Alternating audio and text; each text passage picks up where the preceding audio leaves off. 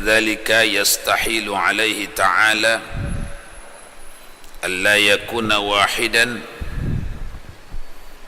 بأن يكون مركبا في ذاته أو يكون له مماثل في ذاته أو في صفاته أو يكون معه في الوجود مؤثرا في فعل من الأفعال. Artinya, dan yang keenam daripada yang mustahil atas Allah Ta'ala itu bahawa tiada ada ia atas seperti bahawa ia bersusun daripada zatnya, atau ada baginya yang menyerupai pada zatnya, atau pada sifatnya, atau ada sertanya pada wujud yang memberi bekas pada suatu perbuatan daripada segala perbuatan yang lain daripada Allah Ta'ala. Artinya, mustahil atas Allah Ta'ala tiada esa pada zatnya atau pada sifatnya atau pada af'alnya, karena diambil daripada perkataannya bi ayyakuna hingga akhirnya. Maksud daripada yang kita baru bacakan itu ialah perbincangan ini menyangkut masalah sifat-sifat yang mustahil bagi Allah Ta'ala. Supaya lebih dekat kepada pemahaman, sifat Allah yang wajib 20, lawannya yang mustahil juga 20. Secara bergantian dikaji satu persatu. Selepas kita kaji 20 yang wajib, menyusul lawannya 20 yang mustahil. Pada pelajaran Kifayatul Awam dahulu, mustahil tidak dikaji,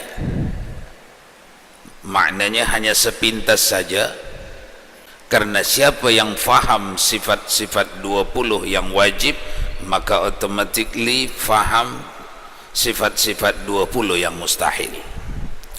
Pada kitab ini tak, kedua-duanya dikaji, hanya kajiannya berbeza. Kajian sifat 20 yang wajib datang daripada nas sifat itu sendiri. Misalnya wujud, artinya ada Allah Ta'ala. Kajiannya membuktikan bagaimana dalil-dalil naqli dan aqli tentang wujud.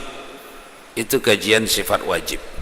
Sekarang kajian sifat mustahil, bagaimana membuktikan tidak mungkinnya Allah itu tidak bersifat wujud.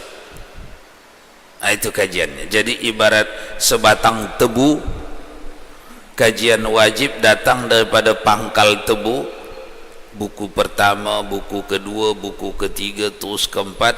Kalau kajian mustahil daripada atas ke bawah, kajian wajib daripada bawah ke atas, kajian mustahil daripada atas ke bawah.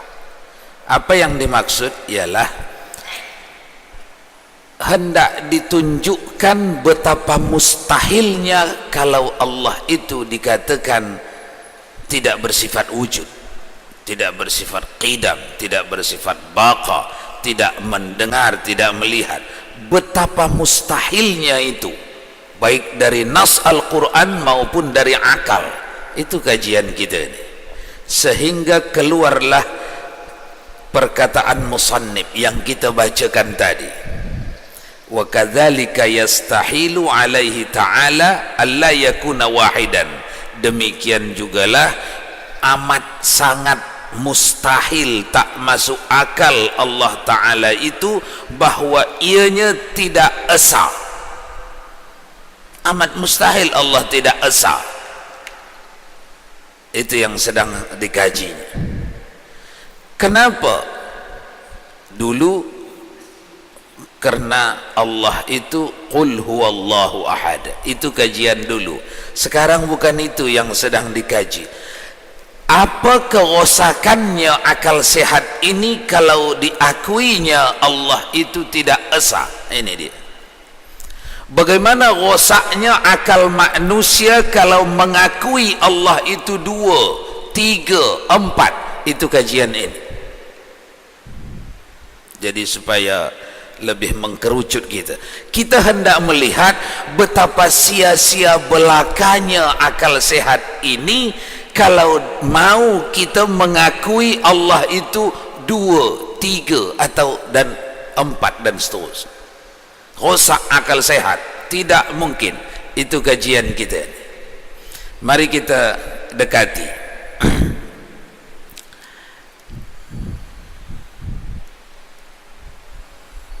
Bi ayyakuna wahidan, bi ayyakuna murakkaban fi dzatihi aw yakuna lahu mumathilun fi dzati.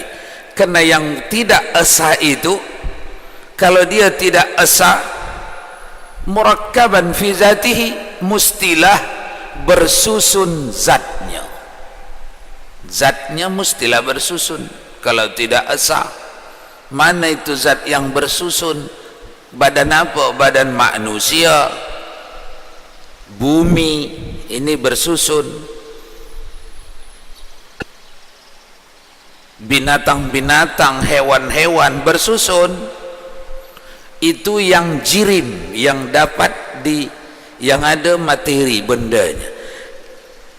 Yang jauhar pun bersusun, seperti akal manusia, rasa manusia. Akal benda, tapi benda yang halus. Benda ada 2 macam. Ada benda yang kasar, ini materi ini tersusun daripada ribuan butir-butir jadi selembar kertas. Akal benda halus tersusun daripada ribuan rasa yang kecil menjadi rasa yang setumpuk besar. Ilmu makhluk benda,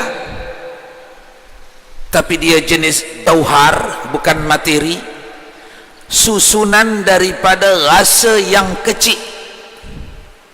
Ilmu kemudian kalau dikumpulkan menjadi besar.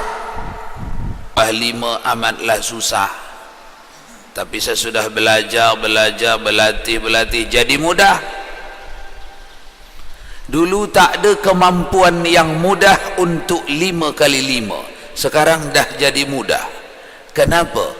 Benda halus, jauhar farad, benda halus milik Allah yang bernama ilmu yang dibagi ke kita itu adalah makhluk buatan Allah. Jadi semua alam ini dibahagikan, buatan Allah ini dibahagikan kepada 2. Kalau dia bukan jirim, jauhar.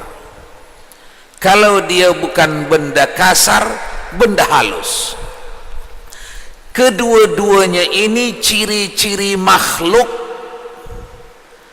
Allah subhanahu wa ta'ala, maha suci dari ciri-ciri ini.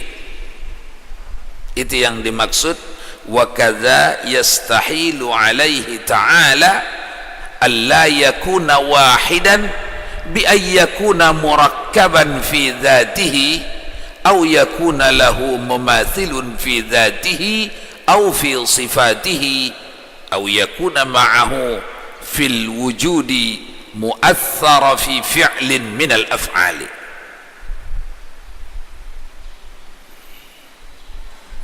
Maha suci juga Allah dari kita tuduh mu'athara,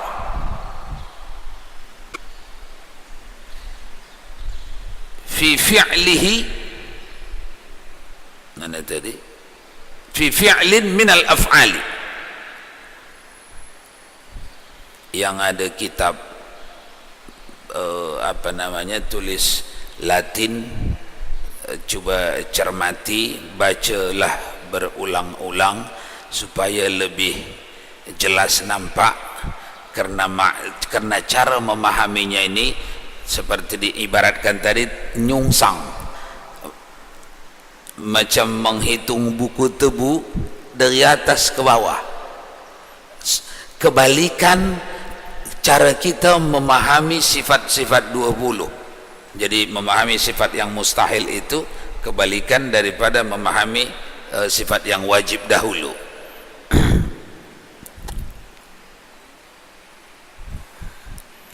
Kalau dibaca terjemahan ni sekali dua kali, bahasa Melayu yang ada di sini sekali dua kali agak jauh, agak lama dia. Kecuali ustaz-ustaz yang dah terbiasa baca dia itu tak ada masalah lah.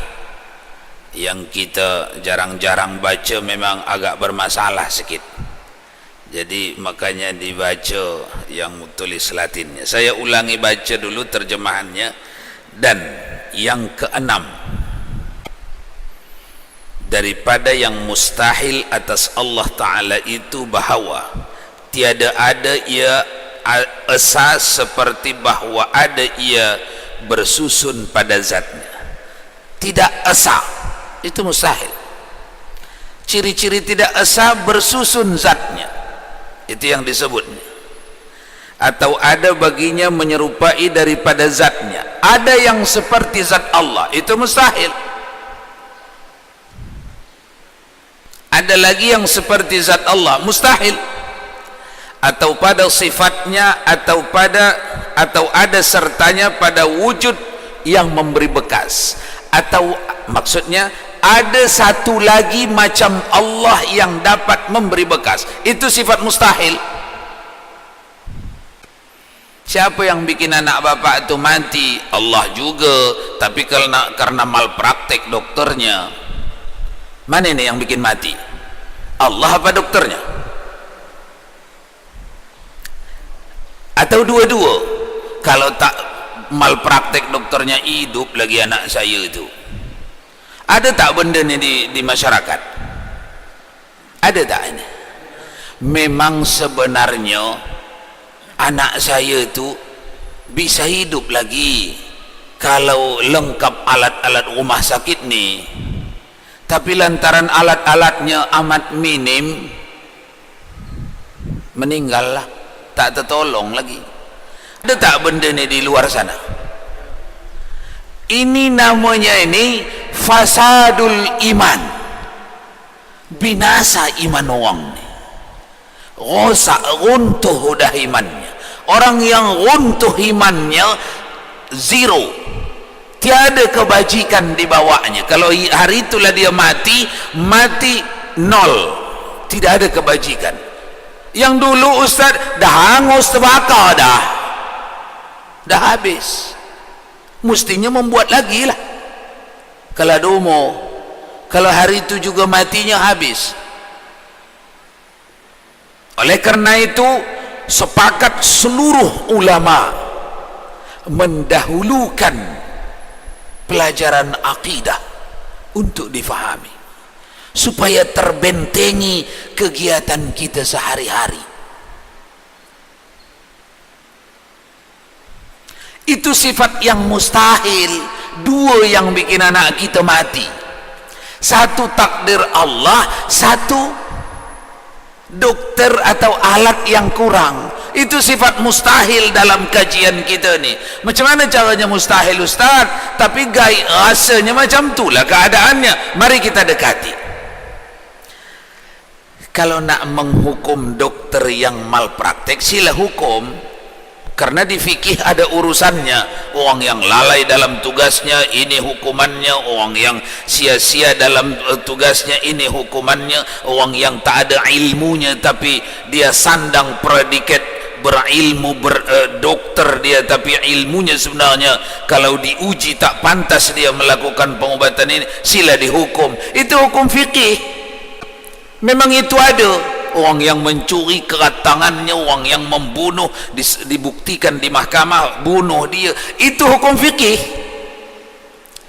Tapi ketika menjalankan hukuman-hukuman itu, jangan pernah hilang ini akidah ada di dalam.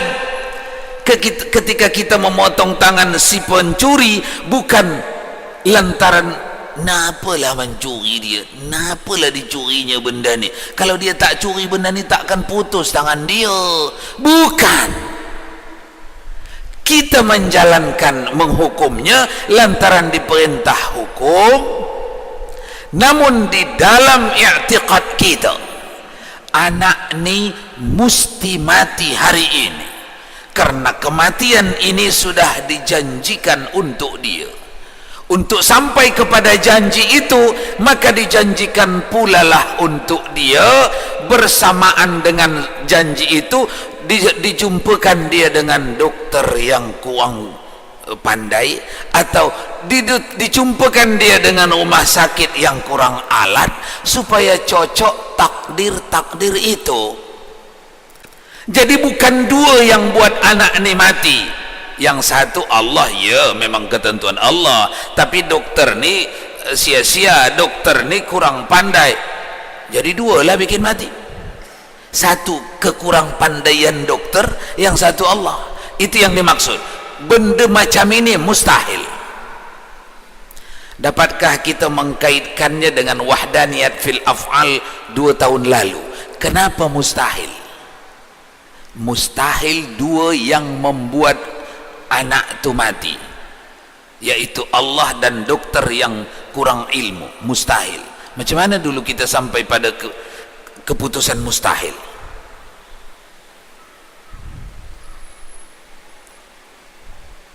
Ini kebalikan. Kajian mustahil ini mengkaji yang mustahil, sifat yang keenam daripada yang mustahil.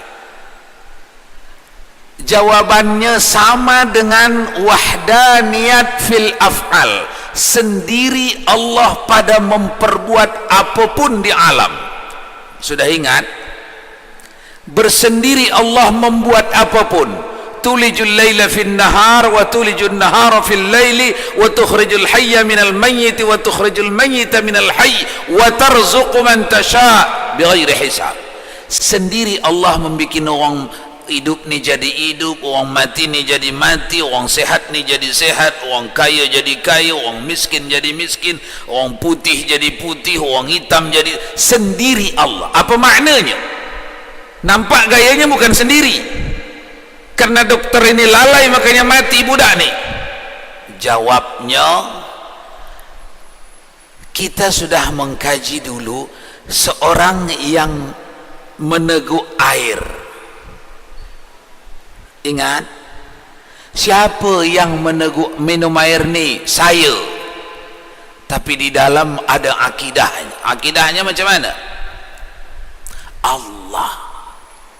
Tapi kita tak cakapkan, karena ada ikhtiar yang diperintah Allah yang kita dah kerjakan. Itu namanya ikhtiar. Tapi hakikatnya adalah Allah. Karena air terangkat itu mestilah digerakkan tangan. Tangan bergerak mestilah diperintah syaraf. Syaraf memerintah mesti ada roh. Roh dalam genggaman Allah. Kalau Allah tak izinkan dia memerintah, tidak ada perintah. Kalau tiada perintah, maka tidak ada peristiwa minum. Kalau Allah tidak perintahkan dokter suntik ini, makan, bagi ubat ini, tidak akan terjadi. Nampak ke tak? Wahdaniyat fil af'al. Bersendiri Allah pada memperbuat apapun di alam. Sekarang yang tengah kita kaji bukan itu, lawannya itu. Mustahil Allah tidak bersendiri. Itu kajian kita ni. Mustahil Allah itu tidak bersendiri dalam sifatnya, dalam zatnya, dan dalam perbuatan-perbuatan. Jadi kajian ini seperti mengulangi yang dulu. Kajian mustahil itu sama dengan mengulangi sifat wajib. Makanya dalam kajian pertama dahulu Kifatul Awam kita sekali jalankan, karena siapa yang faham sifat wujud maka dia pasti faham sifat adum. Adum lawan daripada wujud.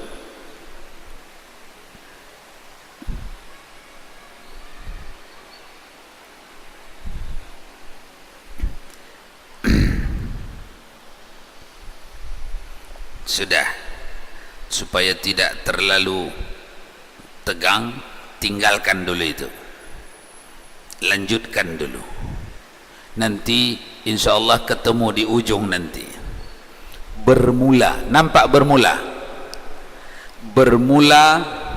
berlawanan antara yang demikian itu dan antara wahdaniyat itu, setengah daripada tuqabil antara suatu dan naqidnya, seperti barang yang tiada tersembunyi dan masuk di bawah katanya bahawa tiada esa itu sekalian kam yang dinaqidkan, dan yaitu kam muttasil pada zat dan kam munfasil pada zat, dan kam muttasil pada sifat dan kam munfasil pada sifat, dan kam munfasil pada af'al, dan demikian lagi kam muttasil pada af'al. Jika ditaswirkan dengan bersekutu oleh yang lain baginya pada satu perbuatan daripada sekalian perbuatan, bersalahan jika ditaswirkan dengan barang yang dengan berbilang-bilang af'alnya Allah Ta'ala, maka bahwasanya yaitu tiada dinafikan. Dan kata musannif bi ayyakuna hingga akhirnya, taswir bagi nafi, tiada taswir bagi manfi, seperti barang yang telah terdahulu bandingannya. Itu agak berbelit. Supaya keluar dari belitan itu, lanjutkan di dalam kurungan dan, ada dan arti kam muttasil pada zat itu bersusun zatnya daripada beberapa jauhar, dua atau lebih, dan arti kam muttasil pada zat itu seperti ada zat yang lain daripada zat Allah, seperti zat Allah Ta'ala. Sudah mulai dekat dengan kasus anak yang mati tadi. Ada lagi zat macam Allah juga, itu perkara yang mustahil, seperti zat Allah Ta'ala. Dan arti kam muttasil pada sifat itu seperti barang yang berbilang-bilang sifat Allah Ta'ala daripada satu jenis, seperti dua qudrat dan dua iradat dan yang lainnya. Dan arti kam munfasil pada sifat itu seperti ada yang lain daripada zat Allah Ta'ala. Dari zat Allah Ta'ala itu sifat seumpama sifat Allah Ta'ala, seperti qudrat yang dapat memberi bekas, dan ilmu yang umum ta'alluqnya dan yang lainnya. Dan tiada mengapa muwafaqah pada nama jua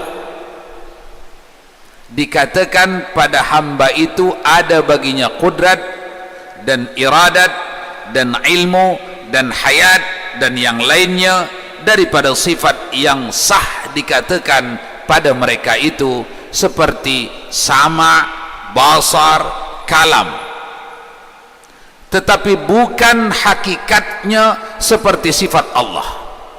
Dan hanya saja yang tiada boleh dikatakan pada hamba, lagi mustahil ia, bahwa ada bagi hamba itu qudrat yang dapat mengeluarkan dengan dia sekalian mungkin daripada adum kepada ada, dan ilmu yang meliputi dengan sekalian maklumat dan yang lainnya daripada segala sifat yang ketentuan dengan sifat ketuhanan. Sampai situ dulu. Maknanya begini, apa yang telah kita baca tadi, bila disimpulkan pemahamannya ialah Allah mustahil bersifat, sifat-sifat Allah itu baik itu sama, basar, kalam, mustahil dia dengan kam muttasil, af'al, perbuatan Allah, zat, wahdaniyat fi zat, esa pada zat. Mustahil zat Allah itu bersambung atau berhubung zat yang lain dengan zat dia. Itu artinya kam muttasil fi zat. Maka mustahil kam muttasil fi zat. Untuk meringankan, kita fahami dulu yang tiga ni. Kam muttasil artinya beberapa yang bersambung.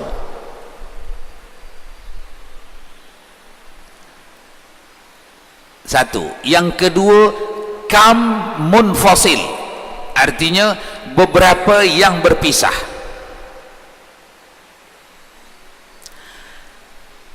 Yang hendak diesakan zat Allah, sifat-sifat Allah, perbuatan Allah. Mari kita dekati. Yang hendak diesakan yang tiga ni, zat Allah esa, sifat-sifatnya esa, perbuatannya esa. Sekarang kembali ke contoh tadi. Setelah disuntik dokter, anak meninggal. Ini perbuatan siapa?